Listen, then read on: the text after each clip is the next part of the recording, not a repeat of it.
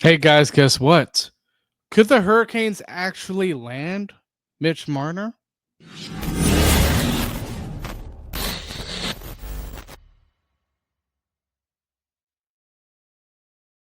Could they? Could they not? I think we all of us probably don't really know, or at least probably most of us. But I'll explain that later on in this episode. But in this episode, of course, what I'm gonna be doing is I'm going to be looking at how to improve this team coming the next season. So I'll be mentioning lots of names on other teams in this episode. So hopefully you enjoy it. And as usual, I have a great partnership with SeatGeek. You get $20 off of your first purchase with SeatGeek. I know the Charlotte Checkers got eliminated for those of you who listen to us who live near Charlotte. But with it being the summer, I'm sure there are a lot of venues having concerts near you, and that'd be a great time to use it. Another thing too is I have a link for donations. So if you feel like you want to donate, there is a link to that in both our YouTube descriptions and wherever you get your podcast, whether that's Apple or Spotify or whatever. iHeartRadio, I heard is another one. Overcast, another one. Lots of lots of apps that use podcasts. So quite a few things obviously have happened if you have been following the trades that have been happening. Again, lots of stuff. But first, as the time this is being recorded, this is a Thursday, obviously, with the episode being released Friday. But tonight, for those of you listening on Friday, is the first round of the NHL entry draft. Now, I already did a preview on the draft, so if you have not listened to it yet, I strongly encourage you to listen to the previous episode. But I think this draft is probably going to be a little bit exciting, just because I think, even though I could be wrong, I think we're going to see quite a few trades amongst the top picks. So again, I could definitely be wrong, but I'd love to see that as a hockey fan because trades in general just produce drama, and it also produces just lots of reactions too, whether you're a fan of the trade or you hate the trade or whatever.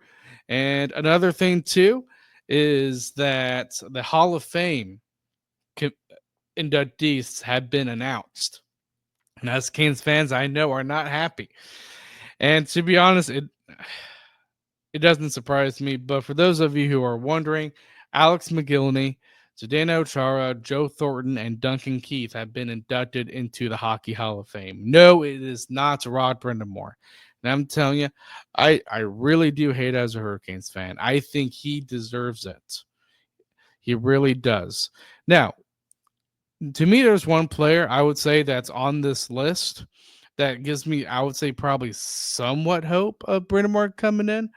Uh, and that is Alex McGinley. The reason why I say his name is because it took him forever to get into the Hall of Fame, and now he's finally in it. So he's kind of was in the same boat as Rod Brindamore, as a player that's been passed on numerous times and hasn't gotten to the Hall of Fame. So with him now being in the Hockey Hall of Fame, I'm like, okay, maybe. But for those of you who don't know, the chairman of the Hockey Hall of Fame is Ron Francis, and that's where I sense there is some bad blood between Francis and Brindamore. So I think that is Francis, his reasoning, the bad blood between him and Brindamore. I do think that exists. I really do. And it's just frustrating. But I do believe that one day, maybe if it's even 20 years down the road, one day, Brindamore will get into the Hall of Fame. I strongly do. The next thing is, uh, before I get to the trades, obviously, is the Penguins will be getting another first round pick, and that is from the Rangers. They're getting the Rangers' 12th overall pick. That was a part of the deal heading to Pittsburgh that headed to Vancouver first, because obviously the Rangers traded part of their first round pick to Vancouver to get JT Miller. Obviously, that went to Pittsburgh in a later trade. So Pittsburgh already has two solid picks, and they need them because if you look at all the teams in the NHL that are trying to improve, you have Pittsburgh that's kind of going in the opposite direction. Like they're going for a rebuild, and their GM Kyle Dubas knows the likes of Crosby, Malkin, Letang are getting older, and you just never know when Father Time is going to strike with those players, except for probably Sidney Crosby, just because he is still one of the best players in the game. But regardless, I do believe what Kyle Dubas is doing. And Pittsburgh just needs to get younger and more skilled players to come in. So that's just my take with Pittsburgh. And now the trades that have happened. I believe we have had 4 trades that have happened. One of them was well, 4 or 5 trades in total. I'm only going to mention just the major ones here. But Vancouver acquired Evander Kane from Edmonton for a 4th-round pick. So Edmonton was able to get some cap money off of their hands to Vancouver. And obviously, that's going to help them probably with negotiations with Evan Bouchard, possibly. And we know Connor McDavid. I know there's a lot of controversy of where he might end up or if he's going to stay in Edmonton. That cap I think is going to help Edmonton become probably a little bit of a better team. I don't think he's the player like he was probably several years ago, but I think Evander Kane can be somewhat of an effective player for Vancouver. The next major trade that happened is Utah acquired JJ Paterka from Buffalo, and Utah got Michael Kesselring and forward Josh Doan, the son of Shane Doan, who was probably, I would say, Arizona Coyotes' best player before they moved to Utah. But when I saw this trade, this happened literally this morning because I'm recording this on Thursday. But honestly, I think both sides probably did pretty decent with the trade. But if I was Buffalo, I mean, I think you could have gotten probably just a little bit more out of the Paterka trade. We all know he was going to get traded because the writing was on the wall. He wanted to leave Buffalo. Buffalo, I think with Kesselring, I think they get a very good, solid top 4 defenseman. I really do. And Josh Doan, you never know how he's going to turn out to be. But I do think if I were to say a winner of this trade, I do think it's Utah. And Utah, they're making, I think, a very, very good, young, skillful forward group. You add Paterka to Dylan Gunther, Logan Cooley, Clayton Keller. That is a very, very good offense that's going to be very good for years to come. So Utah, I think they won that trade hands down. Buffalo, I mean, again, he had to get traded, obviously, because everybody knew he was not happy in Buffalo. But I think they could have gotten probably just a little bit more out of that trade. I really do. But the next trade is the Trevor Zegras trade. And that trade, Anaheim trades Zegras to Philadelphia for forward Ryan Poehling, a 2nd-round pick in the 2025 draft, and a 4th-round pick in the 2026 draft. And obviously, this is a type of trade where Anaheim, with the new coach as Joel Quenneville, and I've said this in a previous episode about the Joel Quenneville hiring, is that Zegras was not going to fit with Anaheim's team because of that hiring. And I think that's what was being reported. So I think they kind of knew they needed to trade Zegras. Funny. It seems like that's kind of the same predicament as Buffalo was with Paterka. But Zegras being traded to Philadelphia, for Philadelphia, I mean, they get, I think, I would say probably a top 6, very skilled but I would say also a very one-dimensional forward. You never know what's going to happen there. I have heard speculation of possibly Mitchkoff and Zegras being on the same line, and while that could be a decent line, uh, I'm not the biggest fan of Zegras personally. I'm not, but maybe it's more of a fit with Philadelphia, and he's just able to get lots of points, and maybe he is going to be that first line player that he was projected to be when he was drafted by Anaheim. And he also was a player that wanted to play center too. And from the research that I've gotten, Zegras was going to be traded in the fact that Anaheim already had Leo Carlson and Mason Matavich as their top two centers. So Zegras was kind of redundant, to be honest. So I heard that was another thing of why Anaheim wanted to trade Zegras, but we'll see how that trade works out for both Anaheim and Philadelphia. And that's kind of it in terms of the trades that have been happening. So you can tell that the draft is really, really approaching. Really, really is. I am very, very excited. Also, the NHL did have their like own board of governors meeting, and from what it seems like is going to happen, there are going to be a few changes. I would say that probably the most notable changes that are probably going to happen in the next CBA, the collective bargaining agreement, is that we're going to have probably an 84 game season, not this upcoming season, but probably the season after.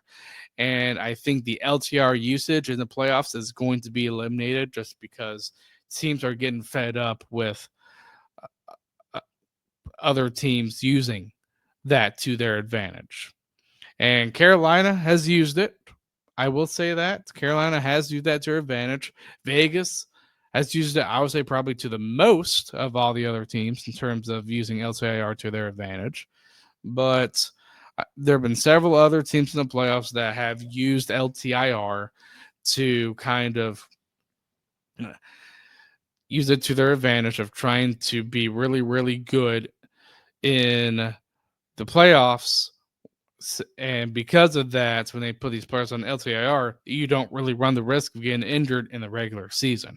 So that's probably going to be getting eliminated. So I will say I am very happy about that. But at the same time, I still believe that the whole no state income tax advantage for some of these teams, I think that advantage needs to go away. That's just me, though. But I know there are some people that say it doesn't matter, and I agree. I think what matters the most is how good the team is.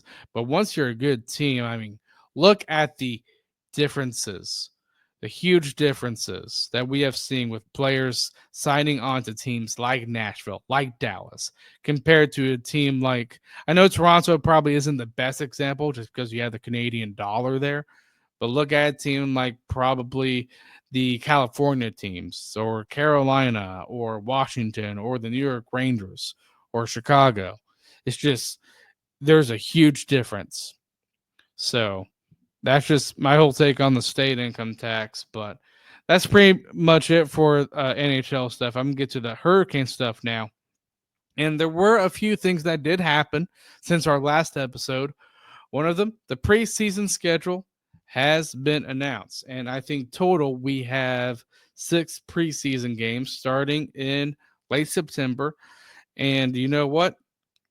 It doesn't really surprise me with the schedule because if you look at it, and I'm going to bring this up here if I can, of course.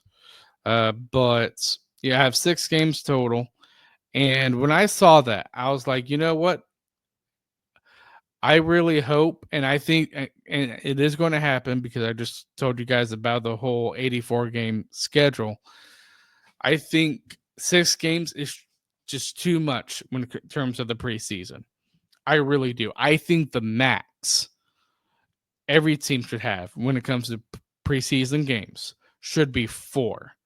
I say that's the max. I think the best scenario would be 3 preseason games, but I just think 6 preseason games are just too long. You're delaying probably, I would say, probably the inevitable. Now, you might have players that are fighting for roster spots like it, but regardless, I just don't know how that helps sells hockey, helps sells certain teams because preseason, while it might be more fun for certain fans, for certain teams, it because preseason is basically a season where you have players trying to fight roster spots, trying to get in to prove themselves. That's all it is.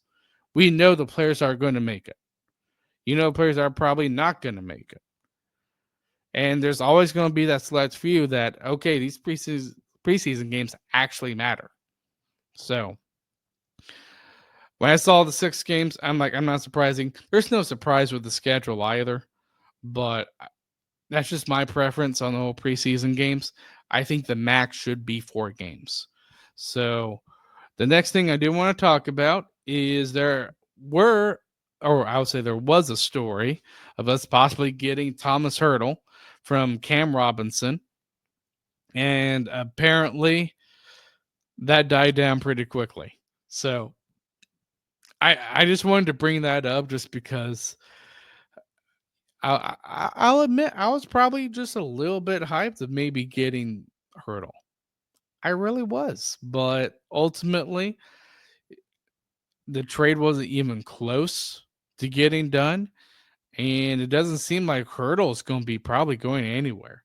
I really do wonder how Vegas, because Vegas has been rumored to be the front runners of Mitch Marner.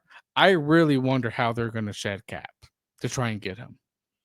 I do, but I would have loved to got Hurdle. I think he would have been an excellent addition to this team, and I think he probably would mm, solve that second line center problem. So the next thing, and this came out probably moments before I started to record this episode, is apparently empty netters. Uh, Again, this is just a rumor, so I would take this with a grain of salt. But empty netters, they have their own Twitter account, but they apparently said that they could see Carolina signing Nikolai Ehlers, and he's definitely a player I'm going to be talking about later in this episode. But I believe the contract was actually a pretty decent contract too. It was like, I believe, 5 to 6 years, around 8.5 something $million. And you know what? If we were able to sign him to that, I think that'd be a very good, solid contract. I really do. And I think Ellers would be a great player to play along with Sebastian Aho and Seth Jarvis. I think that'd be an excellent first line. So I know things can change, and I consider this as a grain of salt. But regardless, nice to see. So, and also another thing too, the Hurricanes did sign another player, Juha Jaska, to a 2-year deal. I'm not going to delve much into it because it doesn't really need to be examined very thoroughly. He's just a depth guy. That's all he is. I think he's a guy that can play the NHL. So I think, with that being said, I think he's an excellent depth guy. But at the most, I think of him as probably just a fourth line player. Really do. But you know what? You need the depth. You're going to have those injuries. So a lot of the stuff that I said about the Eric Robinson signing, I'm applying it to this because while I think Robinson probably is a better player than Juha Jaska, I would say like when it comes to the player type role, they're around the same. They're not going to move the needle much for Carolina. Robinson probably going to move the needle probably just a little bit more probably than Juha Jaska, but regardless, I like the depth signings that we're having. I really, really do. So that's pretty much it for stuff happening around the league and news on the Hurricanes. So one thing I want to talk about before talking about how this team can get better. I know there have been some Hurricane fans who are very nervous right now because the reporting on the Hurricanes was possible big guys, whether getting traded or signing, It's not much. It really isn't until probably the empty netters post I just said to you guys. But the way I see it, when it comes to the amount of coverage the Hurricanes are currently having when it comes to these big name players, is that the NHL, unlike the previous free agency entry draft episode last year, the NHL is really cracking down on the tampering. And because of that, and listen, I think guys like Elliot Friedman, Pierre LeBrun, I think they are still very credible guys.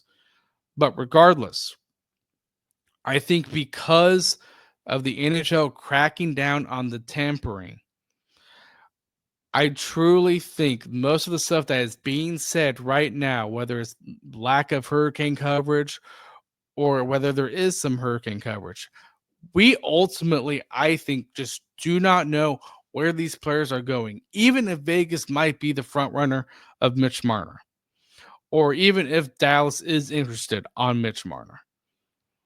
And I'm mentioning Mitch Marner as an example just because he's the big name guy right now in the NHL and trying to get someone. So I'm just telling you guys my point of view on all these rumors I'm hearing of players going to certain teams or players going to Carolina. I'm starting to take more of this with a grain of salt just because these teams technically cannot speak to these players until July 1st. So the things that I do think Carolina, and I've said this before in several episodes before, but the three areas, or I'll say probably four areas where I think the Hurricanes should improve the most. To me, number four, I would say, is goaltending. And the reason why I think that is at number four is because, one, the goalie market really isn't that good. Second, Anderson and Kochetkov, well, that might not be the best goalie duo in the NHL. It helped us get to playoffs. It just has. And you just never know when it comes to the playoffs. You might have a goalie that goes hot, that plays very, very good. And I think we did have that sort of with Anderson this past playoffs. So the reason why I just say that about being the least concerned, probably when it comes to the Hurricanes, is goaltending is because of those reasons. The number three reason I think, or the number three area where the Kings should improve, is the top line scoring winger. And I've said this before. I'm going to say it again. I think the Hurricanes need that Gensel-like player. Because if you remember when we got Jake Gensel, he was playing amazing with Aho. We need that sort of type of player. And if we can sign that guy to whether it's Mitch Marner or Nikolai Ehlers, heck, I would not mind getting Ehlers. I think Ehlers will be great. He might be more of a fit than Marner. We just don't know. But if we can get that top line scoring winger to play with Aho, and maybe with him playing Aho, maybe Aho could get more point production this season, because even though I still think he's a very good player, his offense kind of dried up a little bit this past season. So hopefully with fighting him, another great player to play with, because we know, I think the best player that he plays with on this team is Seth Jarvis. I think all of us can agree with that. Him and Jarvis, and then the debate starts when it comes to the player on the other side of Jarvis. Who's going to play? He's going to make up that full line with Aho and Jarvis. So I think if we can get a top line scoring winger, I think that's where you put him with. It's Aho and Jarvis. The next area of concern, or the next area of improvement, I would say, to me, second, is a right-handed defenseman that can play with Slavin. And I know there are some fans out there that might like Burns to play with him. But man, I do not want a 40-year-old player to be playing top minutes with Slavin, because I don't think that is a recipe of success. I think at times Walker can probably play up there, but ultimately, I think you probably want or I would say probably ideally too, you want Walker to play with Ghost. So I think that right hand defenseman is very, very crucial. And I don't think Scott Morrow is there yet to play with Slavin. I don't think he has earned it either. So I know he was thrown into the fire in the playoffs, but regardless, I right now, and he might prove to be different come preseason, come training camp. But right now, I just don't think Scott Morrow deserves to be on that top pair with Jacob Slavin. And to me, the first area of concern, the biggest need, and I think all of us could mostly agree with this, is a second line center because we know that KK, Stahl, Jankowski ain't going to cut it. It just isn't. In order for us to win a Stanley Cup, you can't not have any of those guys playing as your second line center or getting second line type of minutes. You just can't. So, and that's the area I'm going to talk about with certain players that I have researched here that I think will be good to get. And I would say, again, I'm trying to make educational guesses here. I'm trying to use my brain, be like, okay, would this team actually give up this player? Now, do not treat this again. Don't treat this as gospel. Don't treat this as like, okay, these are players that we have to get. Carolina could be looking totally at a completely different player that could be good that is not on my list. And as long as they can improve in that position, I don't care if it's on my list or not. So the first player, William Karlsson. And I'm going to throw the other player in, the player that we sort of got, not really got at the same time, Hurdle. If we can get any of those two centers from Vegas, then I think that would be an excellent addition. I already talked about Hurdle. I'm not going to go too much into it on him, but I think a guy like William Karlsson, who's on a pretty decent contract, I think 2 more years at $5.8 million. That's pretty good. He's 31 years old, so he's a veteran, and I think he can play that second line center position very, very good for the Hurricanes. And Vegas is a team where if they're going to want to sign Mitch Marner, they're going to have to move cap out. They're just going to have to. The other set of players, again, these are two players that I think could be good for Carolina, they're both from Boston.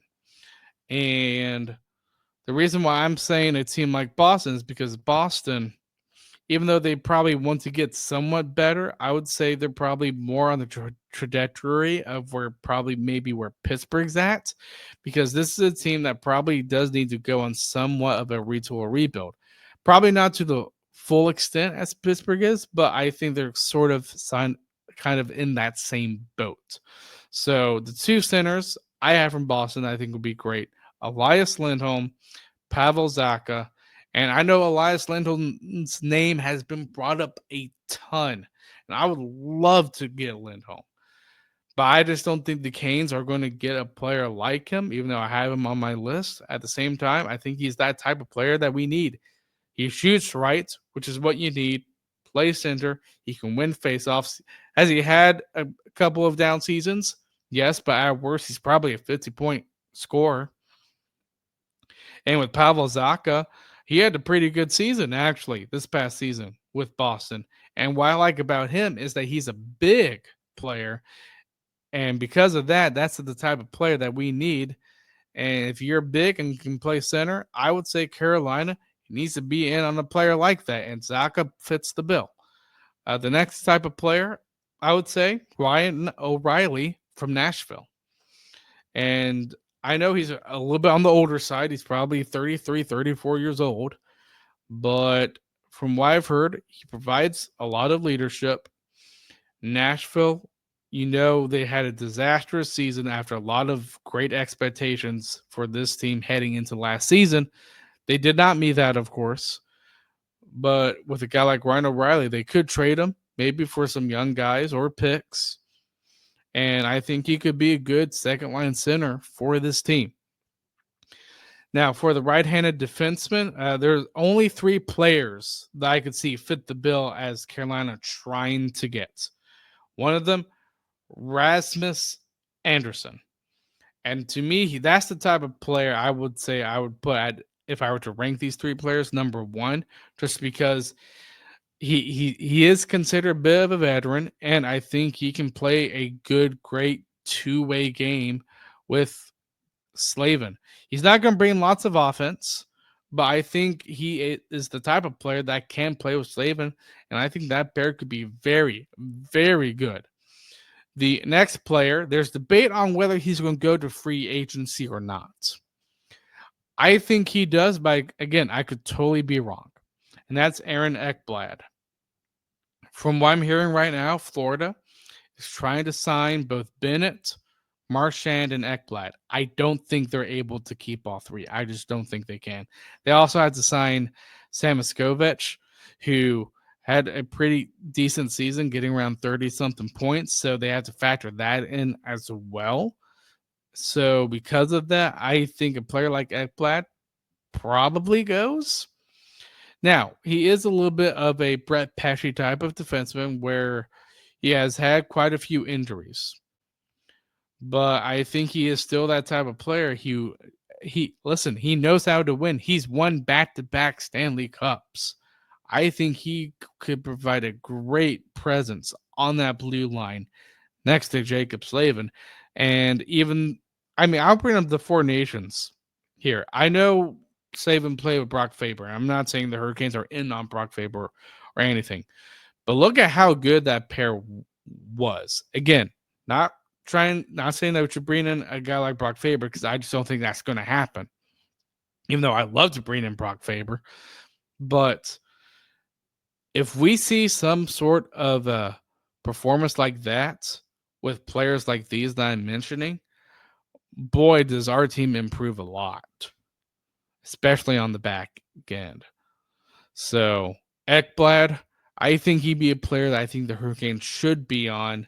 And the next defenseman, I would say probably the least likely. And honestly, if we somehow got him, I'd be a bit surprised. But to me, he just fits the bill. And he's been rumored to get traded, and that is Noah Dobson from the Islanders. I really don't think Carolina gets him. I really don't. From what I'm hearing, he's wanting ridiculous money, I think from around $11 million. I don't think Carolina's going to do that. But at the same time, I'm putting him up there just because he does fit that bill. He's a right-handed defenseman, and also he can produce quite a bit of points. So I don't know if Dundon is going to want to sign Dobson to what he wants, but it'd be interesting if we did get Dobson. Now, for the top-line winger that could play with Aho, here are my players that I think will be good. Ehlers. I've already talked about Ehlers a ton, and while I think he's a very, very good player, he's not a physical player, but I think he's a player that can really get you lots of points and can play with Aho. And just to be funny, he's a Finn, and more Finns equals more wins. So, yeah. The next player, Mitch Marner. And, yeah, he is the biggest player on the block right now in terms of where he might go come free agency time.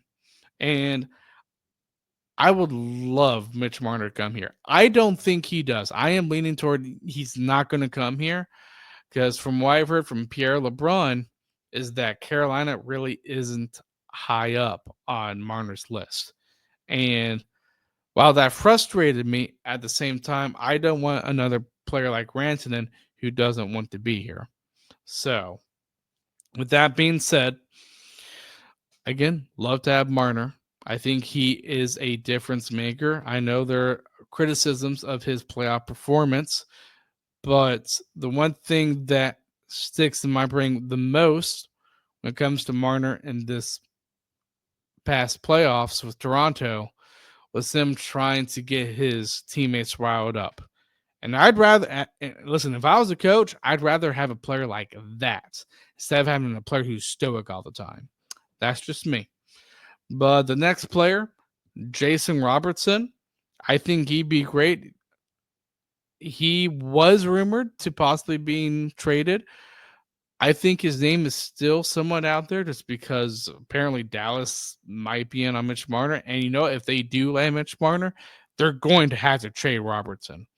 They're going to have to trade more than just Jason Robertson. So it's going to be interesting if Dallas does get like Mitch Marner, because I think if they do, I really do see a pretty good match there between Dallas and Carolina, because Dallas probably wants some of their draft capital back. Hey, I'm trying to be like Dallas here for a second, but just think about it. I like to get our first back if we trade you Robertson. And if I was Carolina, I'd be like, yeah, sure, we'll do it. And honestly, while I like a guy like Mitch Marner, I think a guy like Robertson is probably a little bit more needed, considering I think Robertson is more of a goal scorer. And we need goals on this team. We really, really do. That was part of the reason why we got eliminated from Florida, was the lack of goal scoring. And the next player, Carolina might get him, might not, but I put him on my list, and that's Brock Besser.